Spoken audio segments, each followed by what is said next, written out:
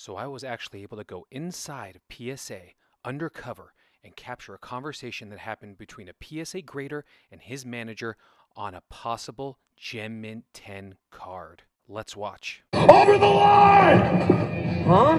I'm sorry, Smokey. It's not a PSA 10. Foul. Mark it a 10. Dude. Excuse me. Mark it 0. Next frame. No way, Walter. You know this is a PSA 10. Smokey, this is not nom. This is PSA. There are rules. Hey, Walter, come on. It's just, hey, man, it's Smokey. Be reasonable. We have to give out PSA 10s sometimes. This determines who enters the next round robin. Am I wrong? Yeah, but I wasn't. Am I wrong? You're entering a world of pain. Walter, man. You mark that Card a 10. You're entering a world of pain. I'm not. A world of pain. Look, dude, this is your partner. Is the whole world gone crazy? Am I the only one around here? Gives a crap about PSA 10s. Mark it 0. They're calling the cops, man. Put the piece away. Mark it 0. Walter, put the piece away. Walter? It's 0.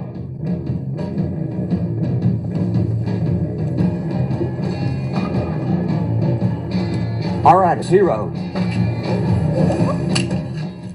PSA, Smokey. You remember that next time.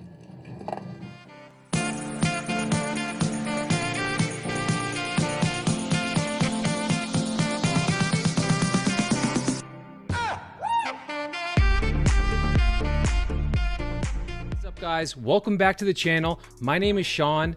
This is episode number 40. You're in the Pokevault. And yeah, today we're going to be doing something a little bit different. So today we're going to be talking about card condition and kind of maybe how PSA kind of segments cards and the ways that they determine, you know, what kind of condition they're in.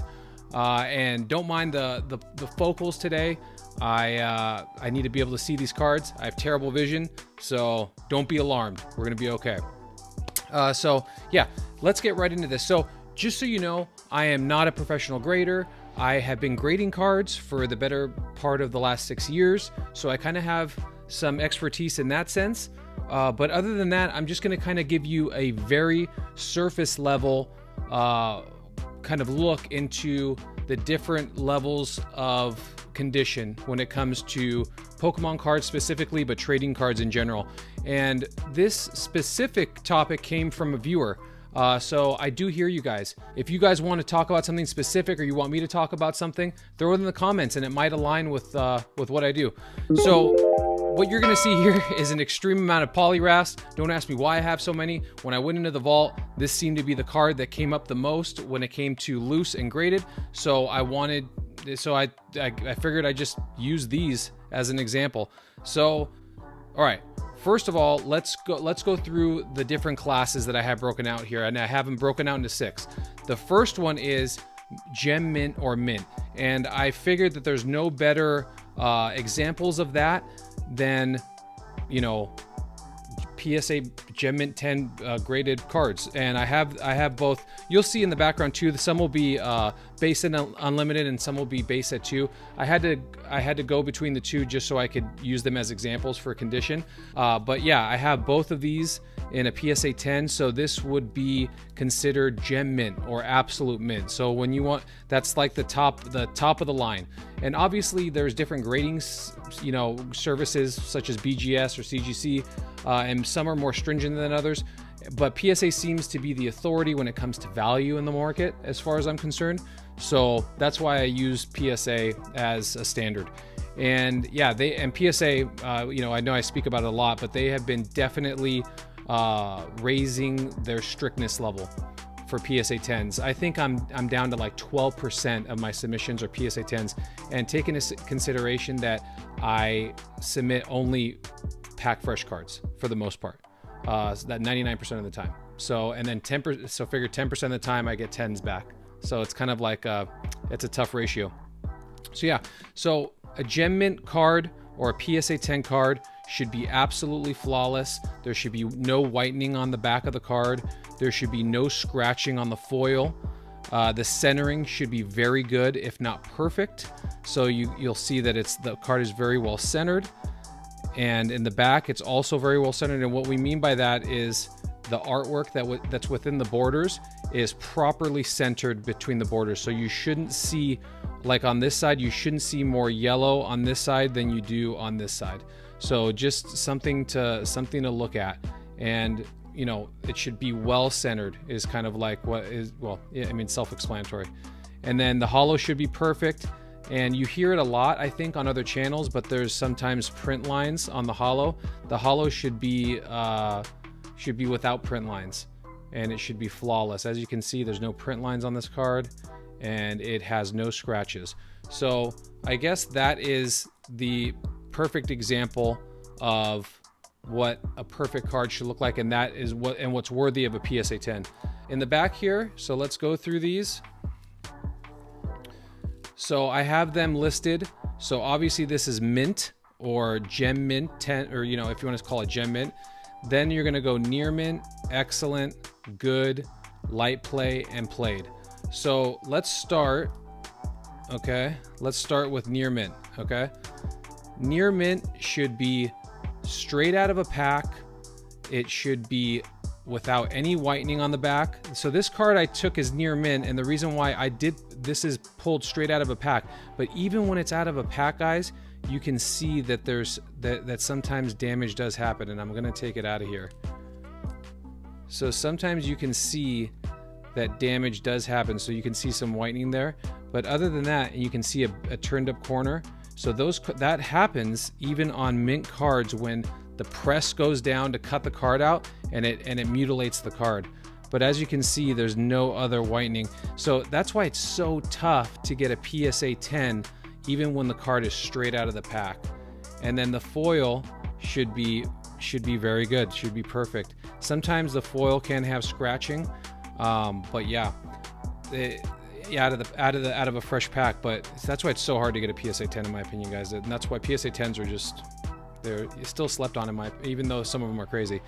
So another thing to consider, even though the card might be perfect in terms of condition, PSA will hold the card back if it is not centered properly. So this is a good example of good centering, but if you notice, if you really take an extra look at it, you can see that it's shifted just slightly from right to left.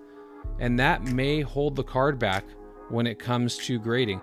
And then on the back, like if I'm noticing, it's shifted from left to right a little bit, but just a little bit. So nothing major.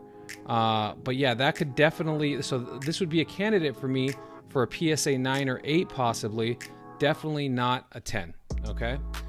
So then we move from near mint to excellent. So excellent should be, right, this is where you start to get very subjective when it comes to condition. So excellent should also be in very good condition on the back. So as you can see, this thing has very good conditioning on the back. There's barely any whitening. It's likely that I got this also pretty pack fresh, but when I was observing these before the video, I don't know if you can see it, but there is damage on the card right here, if you can see it. So that right there is an instant ding, and we'll pull it down probably to the PSA 8 or PSA 7 range. Centering in the front, if you notice again, is shifted from, let's see, from left to right. Okay, so you can see that there's more yellow on this side than there is on this side.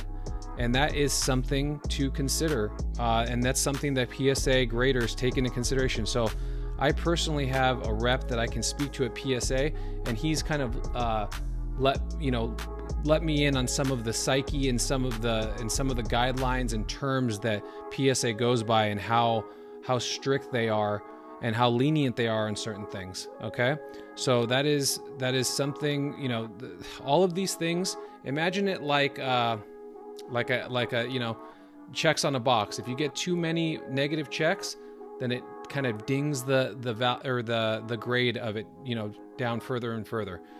So the less it has wrong with it, obviously, the better the grade. So we go from excellent to then to good. Okay, so and if it's in good condition, you should be seeing very minimal scratching still, which this has minimal scratching. It does have some scratching. The centering, again, this is kind of where you get into a very subjective zone of whether centering's good or not. And then in the back also, you'll start to see in these cards, you'll start to see some whitening around the borders. You may see a little ding here and there, some chipping, but you can see there the card itself is still in very good condition, but it has so many things going against it that it brings it down to the good level rather than excellent or near mint level. So that, and again guys, this in these, when we're talking about between anything from good to played, that it gets very subjective depending on what's going on with the card. Okay, so that's going to be good. Then next is light play. So light play is going to have all of the defects that we discussed before plus some. So like on this one, I don't know if you can see it that well, but there's definitely some scratching going on, a lot of scratching now that I'm looking at it. The condition on the front is not terrible. The centering is not terrible, but then when we come to the back, you can obviously start to see a lot of dings happening. And this is going to happen from the card coming in and out of its binder over the last 25 years, in and out of its sleeve, showing your friends, whatever it is. Definitely a dent right there, so that's going to bring it down. All of these things get taken into consideration when it comes to, when it comes to PSA grading, okay? And kind of jamming through these, but really, like I said, these are all very subjective. These are very subjective areas when it comes to grading, depending on who your grader is, I guess. Lastly, we'll have played, or you can say poor condition. So this is, this has maybe been in and out of a few pockets. This has maybe been in and out of a few binders.